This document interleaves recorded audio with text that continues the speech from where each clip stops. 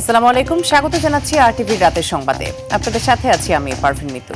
জামায়াতে ইসলামের আমির ডাক্তার শফিকুর রহমান ও এনসিপির আহ্বায়ক নাহিদ ইসলামের সঙ্গে সৌজন্য সাক্ষাৎ করেছেন বিএনপির চেয়ারম্যান তারেক রহমান। সন্ধ্যায় তাদের বাসায় যান তিনি।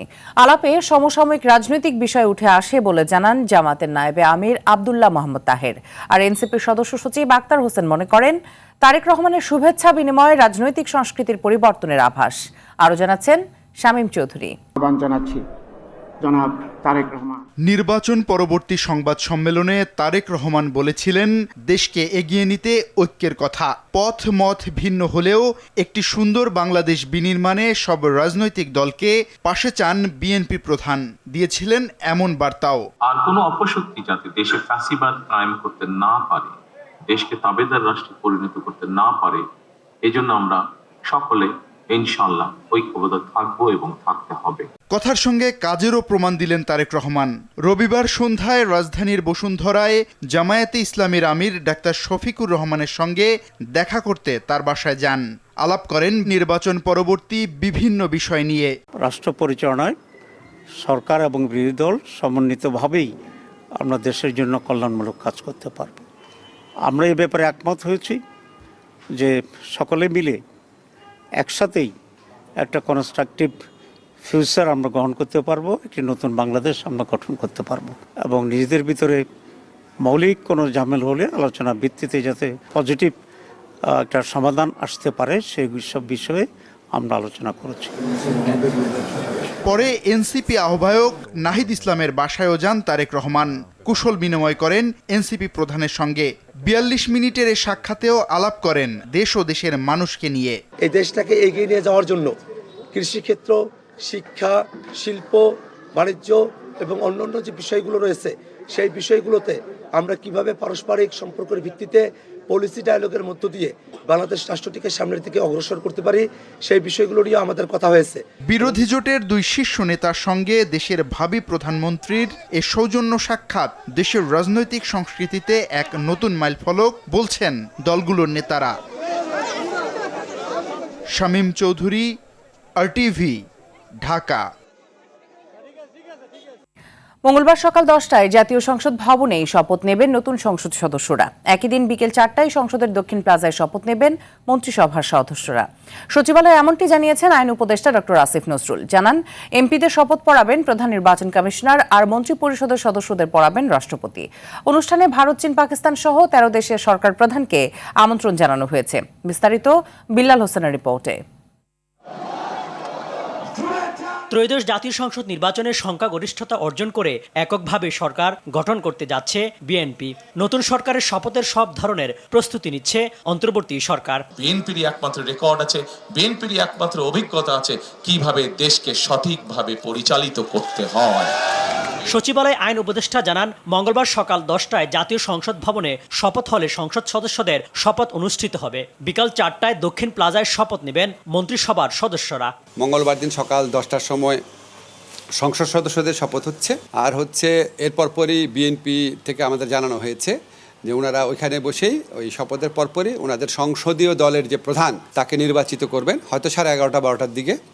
আর বিকাল 4টায় সাউথ প্লাজাতে শপথ অনুষ্ঠান হবে মন্ত্রিসভার। বলেন, এমপিদের শপথ পড়াবেন প্রধান নির্বাচন কমিশনার আর মন্ত্রিসভার শপথ পড়াবেন রাষ্ট্রপতি। খুব সম্ভবত যেরকম পরিস্থিতি আমি ধারণা করছি যেটা প্রধান নির্বাচন কমিশনার করাবেন মন্ত্রিসভার, সেটা আমি এখন পর্যন্ত যতটুকু জানি সেটা রাষ্ট্রপতি করার কথা উনি করবেন। বিএনপির সংসদ সদস্যদের ইচ্ছেতেই দক্ষিণ প্লাজায় শপথের আয়োজন করা হয়েছে বলে জানান আইন উপদেষ্টা। সেটা আমাদের জুলাই গণ অভ্যুত্থানের একটা বিভিন্ন যে ডকুমেন্টেশন সেটার প্রকাশের একটা জায়গা হয়ে দাঁড়িয়েছিল।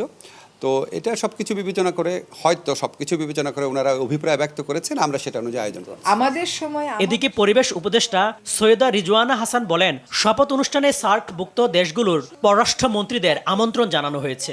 আমাদের শপথ গ্রহণটা হবে সংসদ সদস্যদের, সেখানে আমরা উপদেষ্টারা কেউ থাকবো না, এটা নিয়মও নেই।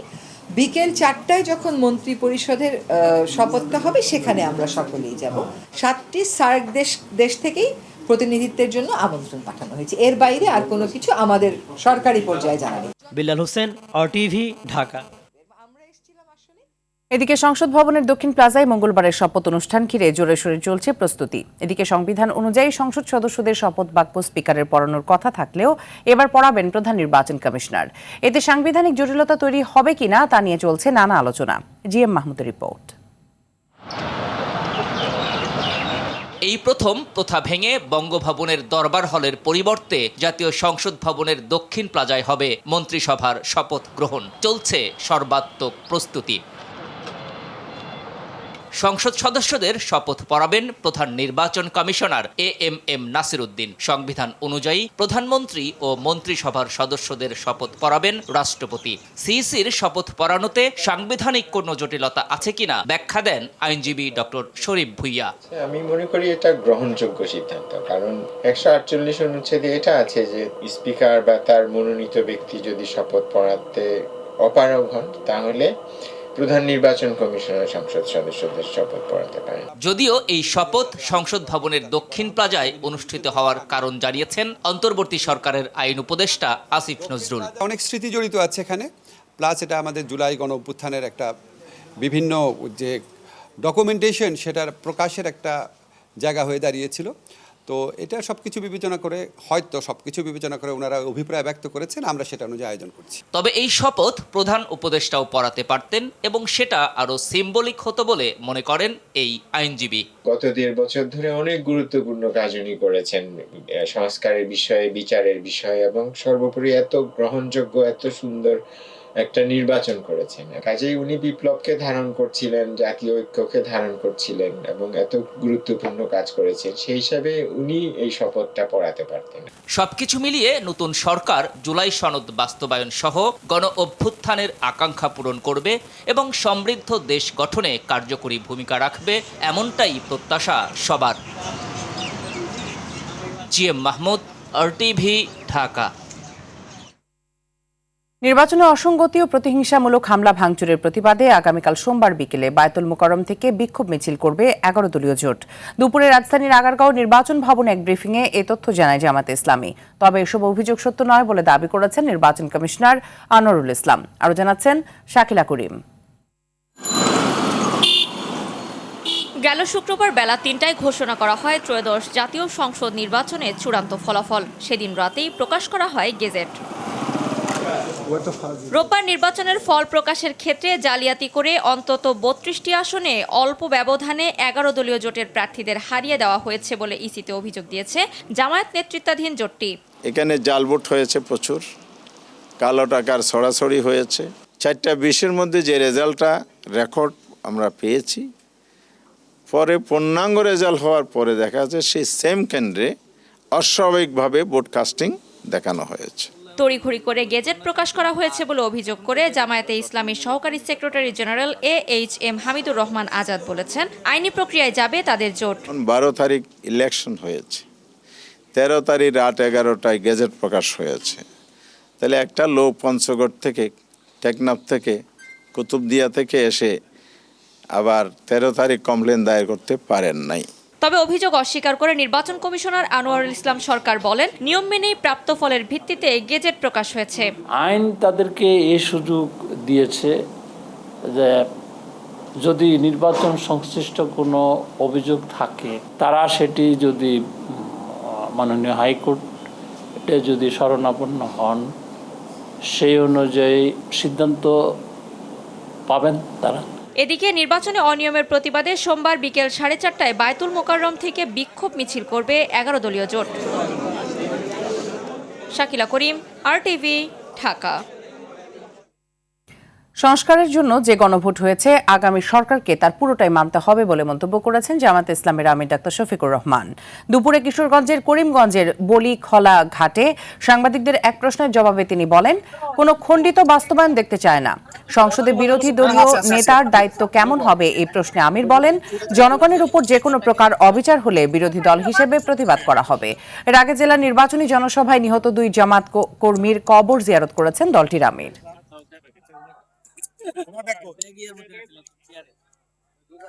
সংস্কারের যে প্রস্তাবের উপরে গণভোট হয়েছে এটা পুরাটাই মানতে, এর কোনো খণ্ডিত অংশ আমরা বাস্তবায়ন দেখতে চাই। কারো উপর সামান্য কোনো অবিচার হলেই আমরা কিন্তু প্রতিবাদ করি। সরকারি দল বিরোধী দল হাতে হাত ধরে চলবে যদি সঠিক পথে দেশ চলে। ত্রয়োদশ জাতীয় সংসদ নির্বাচনে ভূমিধস বিজয় পাওয়া বিএনপি 49.97% এবং জামায়াতে ইসলামী 31.76% ভোট পেয়েছে। রোববার দলভিত্তিক ভোটের এ হার প্রকাশ করে নির্বাচন কমিশন। এ দুটি দল ছাড়াও জাতীয় নাগরিক পার্টি এনসিপির 3.05%, বাংলাদেশ খেলাফত মজলিস 2.09% ও ইসলামী আন্দোলন বাংলাদেশ 2.70% ভোট পেয়েছে। নির্বাচনে 60টি নিবন্ধিত দলের মধ্যে 50টি অংশ নেয়। ভোট হওয়া 299টি আসনের মধ্যে 297টি আসনের ফলাফলের গেজেট প্রকাশ করেছে ইসি। এসব আসনে মোট ভোট পড়েছে 59.44%। মামলার কারণে স্থগিত রয়েছে চট্টগ্রাম 2 ও চট্টগ্রাম 4 আসনের ফলাফল ঘোষণা। অন্তর্বর্তী সরকারের উপদেষ্টা পরিষদের 61তম শেষ বৈঠক অনুষ্ঠিত হয়েছে। প্রধান উপদেষ্টার কার্যালয়ে ডক্টর মোহাম্মদ ইউনূসের সভাপতিত্বে এই বৈঠক অনুষ্ঠিত হয়। পরে ফরেন সার্ভিস একাডেমিতে এক সংবাদ সম্মেলনে প্রধান উপদেষ্টার প্রেস সচিব শফিকুল আলম বলেন, এই নির্বাচনের মাধ্যমে পুলিশ তার আত্মমর্যাদা ফিরে পেয়েছে। দেশের আইন শৃঙ্খলার উন্নতি, বৈদেশিক চুক্তি সহ দায়িত্ব পালনে অন্তর্বর্তী সরকার 90% সফল হয়েছে বলেও মন্তব্য করেন প্রেস সচিব।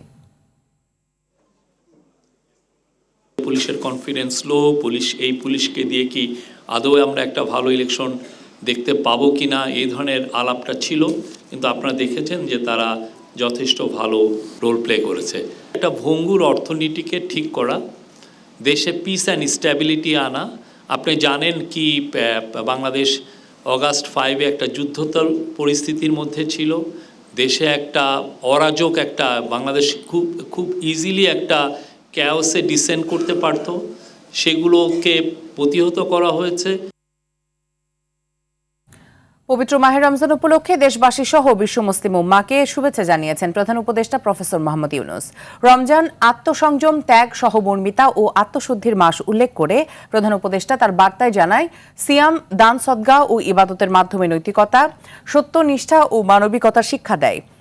অন্যায় দুর্নীতির পরিহার করে ন্যায়ভিত্তিক সমাজ গঠনে রমজান অনুপ্রেরণা বলেও উল্লেখ করেন তিনি। বেশি বেশি ইবাদত, কোরআন তেলাওয়াত, দোয়া ও সৎকর্মের আহ্বান জানিয়ে মোহাম্মদ ইউনূস দেশজাতির শান্তি ও সমৃদ্ধি কামনা করেন। পবিত্র রমজান উপলক্ষে আগামী 8 মার্চের পরিবর্তে 18 ফেব্রুয়ারি থেকে সরকারি, বেসরকারি মাধ্যমিক ও নিম্ন মাধ্যমিক বিদ্যালয় বন্ধ রাখতে নির্দেশ দিয়েছেন হাইকোর্ট। এক রিটের প্রাথমিক শুনানি নিয়ে বিচারপতি ফাহমিদা কাদের ও বিচারপতি মোহাম্মদ আসিফ হাসানের সমন্বয়ে গঠিত হাইকোর্ট বেঞ্চ আজ রোববার রুল সহ এ আদেশ দেন। এর আগে সুপ্রিম কোর্টের আইনজীবী মোহাম্মদ ইলিয়াস আলী মণ্ডল গত 20 জানুয়ারি রিট আবেদনটি করেন। স্কুলের বার্ষিক ছুটির তালিকা বিশ্লেষণ করে দেখা গেছে, চলতি বছরে শিক্ষা প্রতিষ্ঠানে মোট 64 দিন ছুটি রয়েছে। এর মধ্যে 8 মার্চ থেকে পবিত্র রমজান শুরু হয়ে ঈদ উল ফিতর, জুমাতুল বিদা, স্বাধীনতা দিবস সহ কয়েকটি ছুটি মিলিয়ে টানা 19 দিন স্কুল বন্ধ থাকার কথা ছিল।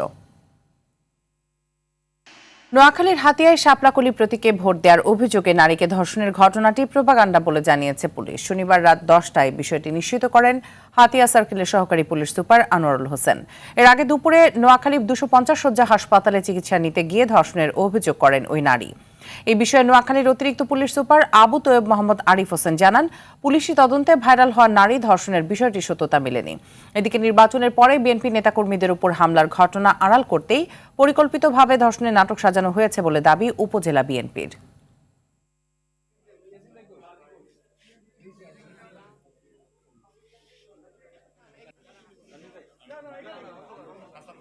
একজন নারী হাসপাতালে ভর্তি, হাসপাতাল থেকে বিভিন্ন বক্তব্য দিচ্ছেন, তো তার কাছে আমাদের অফিসাররা যায়, তাকেও জিজ্ঞাসাবাদ করে শুনে, তো উনি যার বিরুদ্ধে অভিযোগ দিচ্ছেন, তো সেই সময় আমরা ওই একই হাসপাতালের খতিয়ানে দেখা যায় যে উনি সেই সময় চিকিৎসাধীন ছিলেন হাসপাতালে।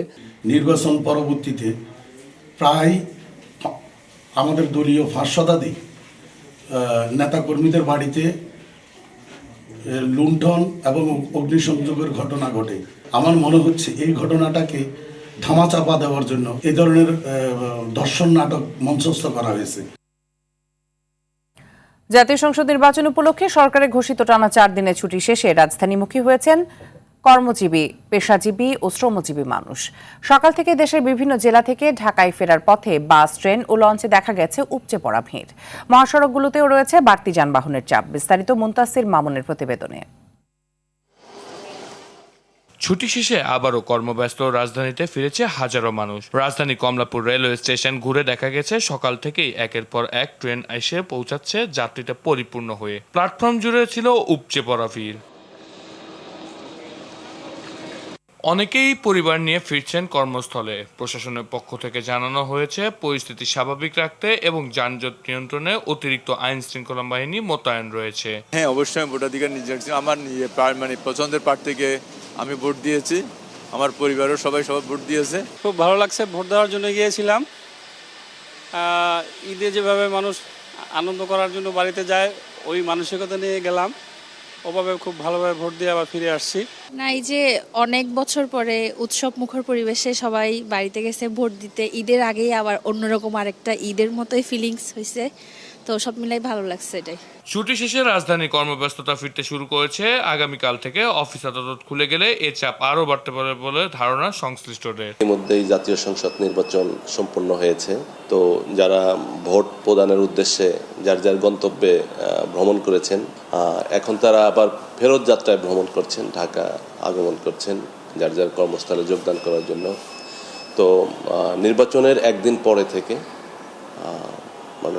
14 তারিখ থেকে আর কি মোটামুটি যাত্রী চাপ বেশ ছিল যারা ঢাকায় ফিরছেন। তো আজকেও যথারীতি বিভিন্ন ট্রেনে যাত্রী চাপ অনেক বেশি। রাজধানীতে কর্মচাঞ্চল্য পুরোপুরি ফিরতে আরও একদিন সময় লাগতে পারে বলে মনে করছেন সংশ্লিষ্টরা। মুনতাসির মামুন, RTV, ঢাকা। রাতের সংবাদ এ পর্যন্ত। মধ্যরাতের সংবাদ একটাই দেখার আমন্ত্রণ রইল। ধন্যবাদ সবাইকে।